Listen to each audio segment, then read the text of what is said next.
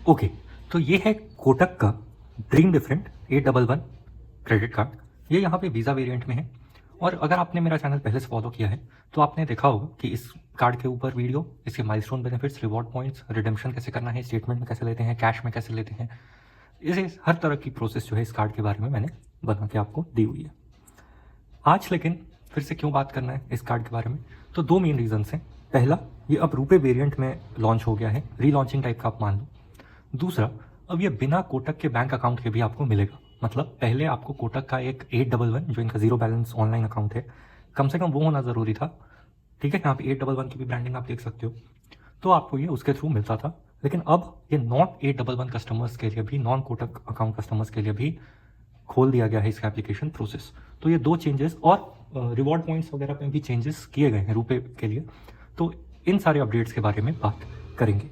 ठीक है, स्टार्ट करते हैं। इनकी वेबसाइट पे बहुत अच्छे से मेंशन है, इसलिए अगर आपको कोई पॉइंट मिसिंग लगता है इस वीडियो से तो आप आराम से एक बार वेबसाइट्स इनकी स्क्रॉल करके भी देख सकते हो।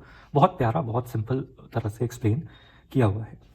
चलो, तो सबसे पहले इसी फर्स्ट पैराग्राफ में सब कुछ लिख दिया है कि 90% of your term deposit amount की आपको लिमिट मिलेगी और free credit card for life मिलेगा। ये दो इंपॉर्टेंट पॉइंट हो जाते हैं। इससे क्या चीज़ें क्लियर होती हैं कि पहला, कि ये life time free credit card है। दूसरा, ये एफडी बेस्ड क्रेडिट कार्ड होगा जिसकी लिमिट आपको आपके 90% of your fix deposit amount मिलेगी। ठीक है, तो आपको कोई भी तरह का एम्प्लॉयमेंट चेक, वेरिफिकेशन, ये सबसे नहीं गुजरना होगा क्योंकि आपके एफडी बेसिस पे कंफर्म्ड कार्ड होता है, तो आपको रिजेक्शन का भी कोई टेंशन नहीं है। ठीक है, यूपीआई इनेबल क्रेडिट कार्ड आपको मिल जाएगा, यानी आप स्कैन एंड पे कर सकते हो एलिजिबल मर्चेंट के ऊपर। सेकंड यार वो, हाँ, no joining and no annual fees, मतलब ये लाइफ टाइम फ्री रहने वाला है। 4 reward points on every ₹100 spend online. Kotak का जो कन्वर्जन रेट है उसके हिसाब से एक रिवॉर्ड पॉइंट 25 पैसे के आसपास होता है। तो अगर आप यहाँ से डायरेक्ट कन्वर्ट करो तो ये ₹1 100 पे आपको मिलेंगे, यानी 8% का आपको रिवॉर्ड मिलेगा अगर आप ऑनलाइन स्पेंड्स करते हो इस कार्ड से। ठीक है, जो FD based life time free credit card के लिए नॉर्मल है, इतना ही रिवॉर्ड रेट रहता है। अभी माइलस्टोन और एडिशनल बेनिफिट्स के बारे में बात करेंगे, वो आपको अट्रैक्टिव लग सकता है। ₹1000 का आपको अमेजॉन वाउचर मिलेगा माइलस्टोन कंप्लीट करने पे। माइलस्टोन क्या होता है, ये आपको एक टारगेट दिया जाता है कि आप इस क्रेडिट कार्ड से एक साल में इतने ₹1000 खर्च कर लो। ये बहुत सारे कार्ड्स में होता है, HDFC वगैरह के कार्ड में भी आपको स्पेशली देखने के लिए मिलेगा कि वो एक क्वार्टरली माइलस्टोन भी रखते हैं, एक एनुअल भी रखते हैं। तो इसमें क्या माइलस्टोन है वो आगे बात करेंगे। ठीक है, fuel and railway surcharge waiver. अब फ्यूल सरचार्ज वेवर तो आपको मालूम होगा, बहुत सारे कार्ड्स देते हैं। जब आप फ्यूल परचेज करते हो तो आपको कुछ % का एडिशनल वहाँ पे पेमेंट क्रेडिट कार्ड से करोगे तो चार्जेस लगेंगे, लेकिन बैंक आपको वो रिटर्न कर देती है। रेलवे सरचार्ज वेवर भी वैसे ही है। अगर आपने अब कभी IRCTC से या थर्ड पार्टी से टिकट, IRCTC से ही मिलेगा मेरे हिसाब में, क्योंकि जब आप IRCTC से टिकट करते हो तो आपको वहाँ पे बहुत स्पेशली मेंशन रहता है कि क्रेडिट कार्ड से अगर आप पेमेंट करते हो तो आपको एडिशनल चार्जेस लगते हैं वहाँ पे। ठीक है, तो वो भी जो एक्स्ट्रा सरचार्ज है वो आपको वापस मिलेगा। इसके भी क्या टर्म एंड कंडीशन है वो आगे देखेंगे। Interest free cash withdrawal up to 48 days. तो ये मतलब 48 डेज तो ये एडिशनल जोड़ के बोलते हैं बेसिकली, एक बिलिंग साइकिल। ठीक है, क्योंकि उसके बाद आपको रीपेमेंट के लिए भी 30 दिन अगर उसके हो गए तो रीपेमेंट के 18 दिन के आसपास मान लो, तो 30 + 18 = 48। No expiry of reward points. तो ये आजकल क्रेडिट कार्ड कंपनीज बहुत अच्छा स्टेप लेके आ रही हैं कि वो रिवॉर्ड पॉइंट को एक्सपायरी नहीं होने देती हैं। इंडसइंड में भी आपने देखा होगा, वन कार्ड में देखा होगा, और बहुत सारे कार्ड हैं जो non expiry of reward points वाला सिस्टम लेके आ रही हैं। क्रेडिट लिमिट ऑफ 90%, इसके बारे में तो बात हो गई है। ठीक है, और क्रेडिट लिमिट आपको नोन होगी क्योंकि आपको मालूम है आप कितने पैसे डाल रहे हो, तो उसका 90% कैलकुलेट कर लेना। यहाँ पे हो गए इनसे पॉइंट्स खत्म। तो आ जाते हैं नेक्स्ट जो एक्सप्लेंड है कि देखो, 4 रिवॉर्ड पॉइंट ऑनलाइन स्पेंड पे आपको मिलेंगे, लेकिन एक रिवॉर्ड पॉइंट आपको अदर स्पेंड पे मिलेगा, यानी अदर स्पेंड पे सिर्फ 0.25% का ही आपको रिटर्न मिलता है। तो ये ऑफलाइन के लिए यूजेबल उतना कार्ड नहीं है, फायदेमंद नहीं है।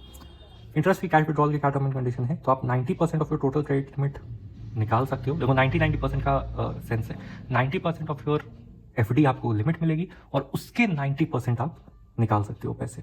प्रोसेसिंग फी आपको ₹100 की लगेगी हर बार, यानी जब आप एक बार क्रेडिट कार्ड से एंटर करोगे एटीएम में तो आपको ₹100 की फीस लगेगी प्लस GST। 18% की बैंकिंग सेक्टर में है तो ₹118।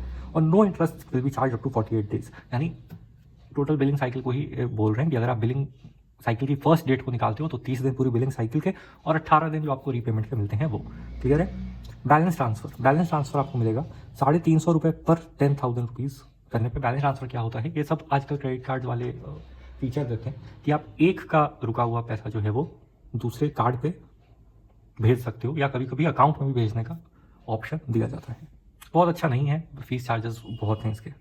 ठीक है, add on card. Add on card क्या होता है, तो आपको एडिशनल कार्ड मिलते हैं अपने फैमिली मेंबर्स के लिए जो 18 साल से ऊपर है। एक बात और, क्योंकि एफडी बेस्ड कार्ड है और कोटक 811 मेरे पास खुद है, तो ये कार्ड भी आप 18 साल की एज में अप्लाई भी कर सकते हो। तो अगर कोई स्टूडेंट वगैरह है उसके लिए इसलिए भी अच्छा हो जाता है क्योंकि 18 साल से ही आपको मिलने लगता है, इसमें कोई 21 साल 23 साल होने की ज़रूरत नहीं है। ठीक है, set limit on your add on card as you desire. तो आप जिसके लिए भी ले रहे हो, मान लो आपको एक भाई है, मान लो आप 19 साल के, आपका एक भाई 18 साल का, अगर आपने उसके लिए एड ऑन क्रेडिट कार्ड लिया है तो आप खुद से सेट कर सकते हो कि भाई ये 5,000 रुपये ही खर्च कर सके महीने में। ठीक है, तो आपको ओवर स्पेंडिंग का कोई भी डर नहीं रहेगा। Track spend separately for each of your add on card, मतलब आप अलग अलग दोनों प्राइमरी और एड ऑन कार्ड का खर्चे देख सकते हो। फ्यूल और रेलवे सरचार्ज वेवर के क्या नियम है, तो 1% तो आपको सारे पेट्रोल पंप्स में मिलेगा। मिनिमम ट्रांजैक्शन 500 रुपये का होना चाहिए, मैक्सिमम 3,000 रुपये का। ठीक है, और एक साल में आपको सिर्फ 3500 रुपये का फ्यूल सरचार्ज मिलेगा वेवर, तो अच्छा लिमिट है। रेलवेज की अगर आप बात करो तो देखो मेंशन है कि irctc.co.in पे पहला, दूसरा इंडियन रेलवे के बुकिंग काउंटर पे उसके ऑफिशियल POS मशीन से, इन दोनों जगह मिलेगा। लेकिन क्योंकि मेरा खुद ये वाला कार्ड ट्राइड एंड टेस्टेड है तो आप IRCTC के ऑफिशियल ऐप पे भी, है ना, IRCTC कनेक्ट करके जो उनका ऐप है उस पर भी आपको ये बेनिफिट मिलती है। 1.8% का आपको सरचार्ज मिलेगा ऐप या वेबसाइट पे और 2.5% का मिलेगा POS मशीन के ऊपर। ठीक है, मैक्सिमम लिमिट इसकी थोड़ी कम है, सिर्फ 500 रुपये पर ईयर है, क्योंकि अगर आप साल में हर दूसरे तीसरे महीने जर्नी करते हो तो ये तुरंत ही एग्जॉस्ट हो जाती है लिमिट। ठीक है, फिर आप HDFC के अगर आपके कार्ड हैं तो आप वहाँ से फ़ायदा उठा सकते हो स्मार्ट बाई के थ्रू, वो बेटर ऑप्शन है। खैर, रिवॉर्ड पॉइंट जो है वो फ्यूल और रेलवे स्पेंड पे नहीं मिलेंगे, क्योंकि ऑफकोर्स उस पर सरचार्ज मिल रहा है 1%, 1.5%, 2.5% का। कैश विड्रॉल पे भी आपको रिवॉर्ड पॉइंट नहीं मिलेंगे। ठीक है, ये एक चीज़ मेंशन की गई है कि वीज़ा वेरिएंट पे 2 रिवॉर्ड पॉइंट ही मिलेंगे एग्जिस्टिंग कार्ड्स को, लेकिन जो न्यू कार्ड इशू किए जा रहे हैं उनके लिए ये रिवॉर्ड पॉइंट बढ़ाया गया है। रिवॉर्ड पॉइंट जो है ये थोड़ा सा पुराना न्यूज़ है, पहले ये एक्वा गोल्ड नाम से कार्ड होता था इनका, तो उसको रीब्रांड किया है इन्होंने। वो सारे नोट्स मेंशन है यहाँ पे, आपके काम के नहीं है। ठीक है, आपको बस यहाँ कार्ड रिन्यूअल वगैरह का प्रोसेस दिया हुआ है कि देखो एक कार्ड की एक्सपायरी डेट होती है, तो वो अगर आपकी गुजर जाती है तो ऑटोमेटिक रिन्यूअल हो जाएगा आपका कार्ड और FD, जब तक कि आप खुद से कैंसिल नहीं करते हो। ये सब खुद ही। अब चलते हैं माइलस्टोन प्रोग्राम पे, वो समझते हैं, लंबी हो रही वीडियो। देखो, ये जो रुपए वेरिएंट होगा इस पर अगर आप 72,000 एक साल में खर्च करते हो तो आपको 1,000 रुपये का अमेजॉन वाउचर मिलेगा। क्लियर है, और 250 रुपये का वाउचर मिलेगा अगर आप 36,000 रुपये खर्च करते हो। देखो, पहले जो इनका वीज़ा वेरिएंट था इसके ऊपर सिर्फ एनुअल माइलस्टोन ही था और वो भी 75,000 रुपये था, कोई भी कम वगैरह का कोई सिस्टम नहीं था। लेकिन यहाँ पे आप देखो कि इन्होंने खुद समझा है कि अगर स्टूडेंट वगैरह होंगे, अगर वो सिर्फ 5,000 रुपये की लिमिट रखते हैं तो वो 75,000 रुपये कैसे खर्च करेंगे एक साल में, है, क्योंकि 12 × 5 60,000 ही होते हैं, तो वो पूरा लिमिट भी यूज़ करेगा तो नहीं हो पाएगा। तो वो उनके लिए एक बहुत ही प्यारा अच्छा ऑप्शन लेके आया गया है ना। और इसी से आपको पता चल गया होगा इस इन्फॉर्मेशन से कि 5,000 रुपये की इसकी लोएस्ट लिमिट होती है। ठीक है, सबसे कम लिमिट आप 5,000 रुपये की ले सकते हो। कैश विड्रॉल, फ्यूल स्पेंड और EMI कन्वर्जन माइलस्टोन के लिए कंसिडर नहीं किए जाएंगे। ठीक है, एनिवर्सरी ईयर, तो एनिवर्सरी ईयर क्या है, तो डेट ऑफ इशुएंस, यानी जिस दिन आपका कार्ड इशू किया जाता है आपको, उस दिन से लेके नेक्स्ट उसी डेट को एक साल बाद को माइलस्टोन ईयर बोलेंगे।